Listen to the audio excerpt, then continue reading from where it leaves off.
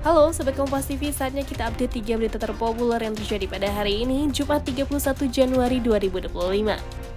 Berita pertama datang dari ex-ketua KPK, Abraham Samad yang melaporkan dugaan korupsi yang melibatkan pemilik Agung Sedayu Group, Aguan. Ex-ketua KPK Abraham Samad hingga Said Didu melaporkan dugaan korupsi terkait proyek strategis nasional atau PSN ke KPK. Laporan tersebut mencakup dugaan korupsi yang melibatkan pemilik Agung Sedayu Group, Aguan, terkait PSN PIK 2 hingga penerbitan sertifikat. Yang jelas kita melaporkan proyeknya ya, proyek strategis nasionalnya, kemudian juga kita melaporkan tentang ada dugaan kuat terjadi suap menyuap gratifikasi di dalam penerbitan ya. Penerbitan sertifikat di atas laut ya, yang diduga kuat dilakukan oleh Agung Sedayu Group dan anak perusahaannya. Yang super cepat satu lagi. Yang super cepat. Oleh karena itu, kita meminta supaya KPK tidak usah khawatir memanggil orang yang merasa dirinya kuat selama ini, yaitu Aguan. Ya, karena nama ini seolah-olah diciptakan mitos bahwa dia tidak tersentuh oleh hukum. Ya. Oleh karena itu kita ingin mendorong KPK supaya orang ini segera diperiksa. Nggak boleh ada seseorang secara individu mengatur negara ini. Tidak boleh ada seseorang secara individu mengatur presiden.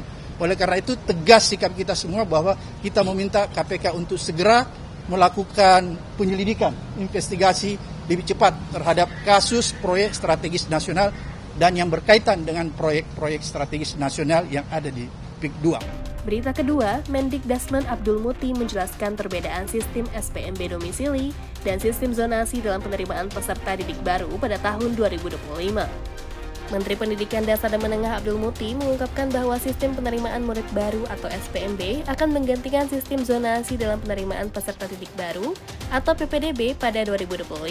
Dengan perbedaan terutama pada persentase kuota jalur penerimaan, tidak ada perubahan signifikan untuk jenjang SD dan SMP.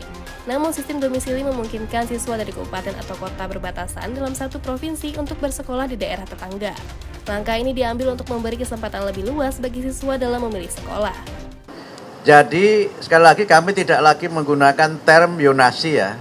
Kami luruskan termnya itu adalah domisili. Nah, ada yang memang berbeda. Kalau SD itu masih sama dengan yang sebelumnya. Tidak ada perubahan untuk SD. SMP itu yang berubah persentase masing-masing jalurnya. Jadi jalurnya kan ada 4. Jalur domisili, jalur prestasi, kemudian jalur afirmasi, dan jalur mutasi. Untuk SMA itu kita pakai rayon yang itu lebih luas. Berita ketiga, Presiden Amerika Serikat Donald Trump menyampaikan ucapan belasungkawa kepada korban tabrakan pesawat American Airlines dan helikopter Black Hawk.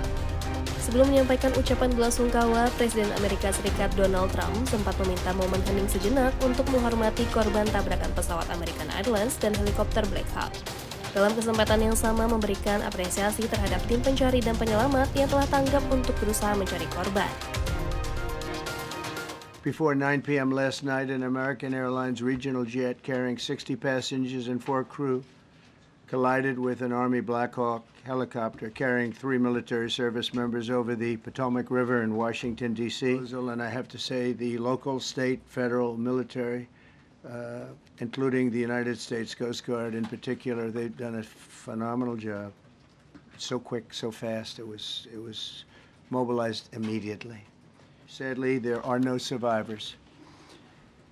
This was a dark and excruciating night in our nation's capital and in our nation's history, and a tragedy of terrible proportions.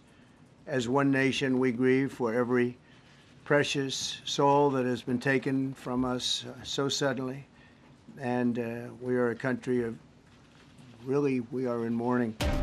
Nah Sobat Kompas TV, itu dia tadi 3 berita terpopuler yang terjadi pada hari ini. Saya Isa Maria Putri, pamit undur diri, sampai jumpa.